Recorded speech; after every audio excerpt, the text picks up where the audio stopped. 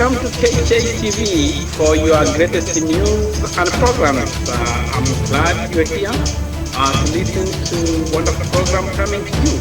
And please, don't forget to subscribe or give us a thumbs up. Thank you for watching.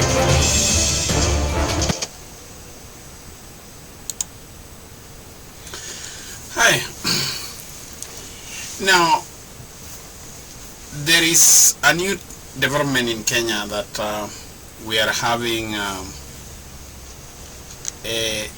elections going on in Kenya. And this has been very interesting because we have had all these elections and not elections but gearing for elections, and we are having what we call BBI. Can BBI solve Kenya's problems? Really? I had talked about this before. How the BBI, the Building Bridges Initiative, is just a band-aid to Kenya's problems. They are talking about inclusivity. They are talking about reforming the judiciary so that it can be more effective. I don't really believe that anything will be accomplished from that report. The report is so laborious, and when I listened to the speakers, the president and other people talking about it, the only person who interested me most, who was very factual, was the Vice President, Dr. William Ruto. William Ruto highlighted so many things and poked on the judiciary, what is supposed to, what the Kenyan government had to do. We don't really need anything to reform in the judiciary. Before, we could have actually made sure that the judiciary has gotten the allocation of the money which they are allocated in the budget. They don't need anything more other than what they are allocated in the budget, the current budget. So to say least that we need to save the judiciary, do anything else, we could have just listened to what Dr. Ruto said during that meeting, if we can listen to it. So that the judiciary can establish more courts and the judiciary can hire more judges and more staff so that Kenyans can have access to justice. The recommendation that has been made to have an ombudsman appointed by the executive into the judiciary, in my respectful submission, is a derogation from the independence of the judiciary. And we must be careful. We must be careful about the independence of institutions. We are coming from a history where judges received telephone calls, where courts were held at night. We do not want to go there. On the matter of IEBC, let me say,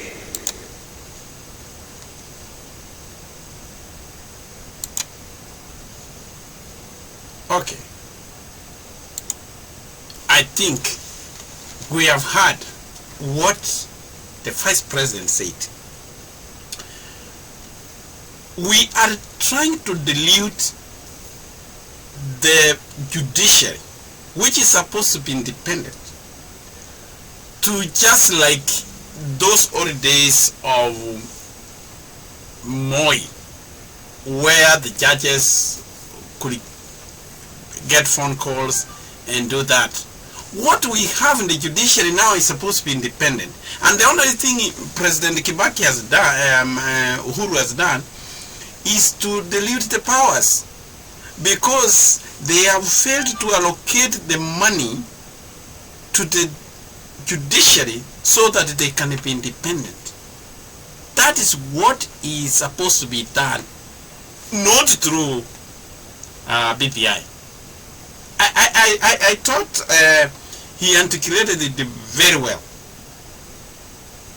And also, he talked about the IBC, that we want to do the gentleman's agreement, the one we did in 1997, which did not work, where parties were nominating people to the Electoral Commission. We want people of integrity to that office. And how we can get the people is to vet those people independently, and we choose people who are competent. They should be grilled, they should be questioned, and then they would be there. When he asked very well about how is it going to be fair that some people choose people to the judiciary. Listen to what Ruto said.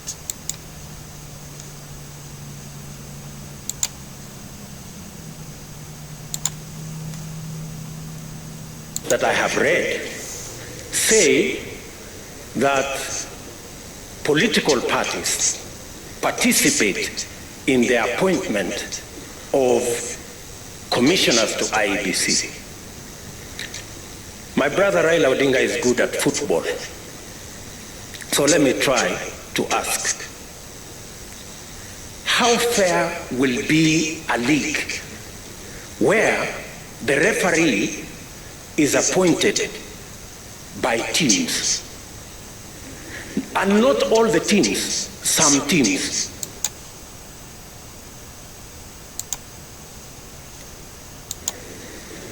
How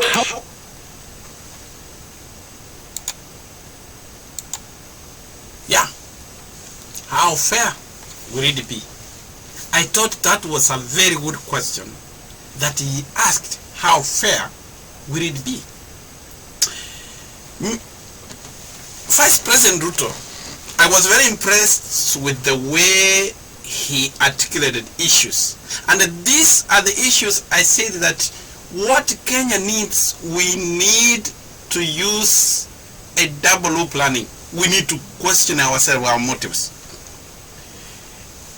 I mean, we cannot just be running, making commissions of inquiries, what recommendations which don't make sense. We need real, if we really need to change, we need to ask ourselves tough questions, which make sense, not just questions for the sake of it. We want where people will ask tough questions, and these are what can bring issue in Kenya. We are not just going to be there to be watching what other people are talking. And the inclusivity question. Now, Professor Adam Solo, I have confessed I'm a scientist and I'm a bit slow. I want you to explain to me in this proposal. You have said that in this proposal, we will have the president with his running mate, deputy president. They will win, or we have candidates, they will win an election, and then the president will appoint the prime minister and the two deputies from the winning coalition. And then we will have the runner-up being the leader of opposition. Now, no problem, it doesn't matter who it is. I have no problem. You know, let us not personalize, there is no problem.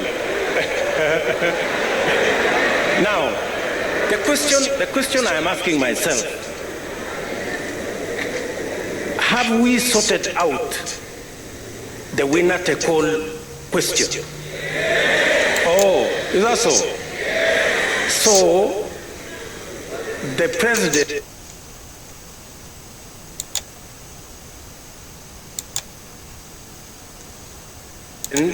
from his side, like for example here, President Uhuru Kenyatta, I am here, Kimunya is the Prime Minister, because he's the leader of majority. We have Jimmy and... Now, I think you have heard Ruto. I think if there is a time I was really impressed with how Ruto articulated issues, this was a time was true. Why do we need PPI? Inclusion. Just see senior appointments. Uhuru has made people from his region, has given them all of those positions. Does he need a commission? Does he need PPI so that he can have inclusivity? He has raised very good questions that if we wanted inclusivity, we should do it in a different way, not just having another commission. I would think that what Kenya really needs now, we need to address the issues of corruption within the 2010 constitution. And I will hear some people were shouting, some people were crabbing for Ruto. And I can assure you, if PPI goes to the referendum, it will be defeated and Ruto will become a hero, because I know he will be reading in a no campaign.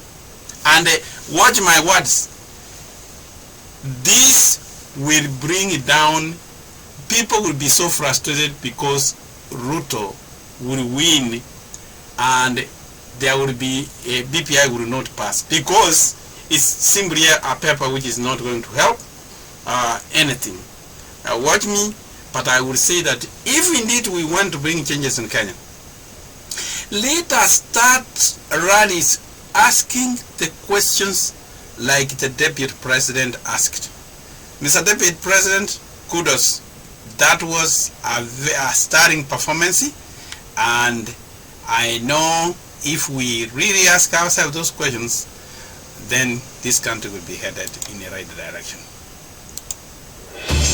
Welcome to KJ TV for your greatest news